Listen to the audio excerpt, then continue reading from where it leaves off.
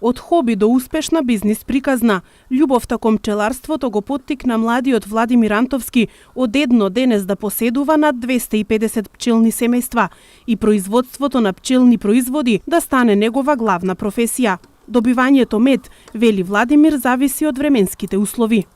Моите први почетоци се уште од пред 15 на години, кога почнав да се бавам со пчеларство. Најпрво почнав со едно пчелно семејство, кое што го наследив од татко ми. И така полека, до ден денеска имам околу 250 до 300 пчелни семејства. За нас пчелари процедурата за добивање на мед е една од поедноставните процедури, за разлика од тоа што работиме на другите пчелни производи, мед, полен, прополис, млеч. Добивањето на мед е целосно зависно од условите, од природата, може да кажеме. Затоа што во топ ние како пчелари не можеме многу да допринесеме. Нашата работа е таа, че ја завршиме колку што ни налага нас, значи во наш домен што е, но сепак природата е таа што најмногу зависи во вкупниот принос на мед.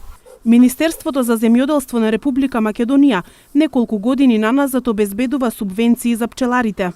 Државата може да кажем дека во последниве години доста помага преку давањето на субвенциите кои што се за чување на пчелни семејства. Јас кога почнав немаше таква мерка од државата за да биде поттикнат младиот земјоделец за да чува пчелни семејства, но пак ќе речем не е битно толку поттикот на државата, битно е волјата и љубовта кон нешто што се чува, кон нешто што треба да го сакаш да го работиш.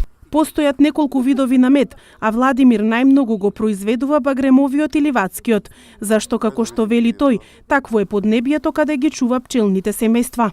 Главната наша овде паша во нашиот регион е багремовата паша и произведувам главна паша багрем и најмногу багремов мед. А после тоа иде втората паша е ливадски мед.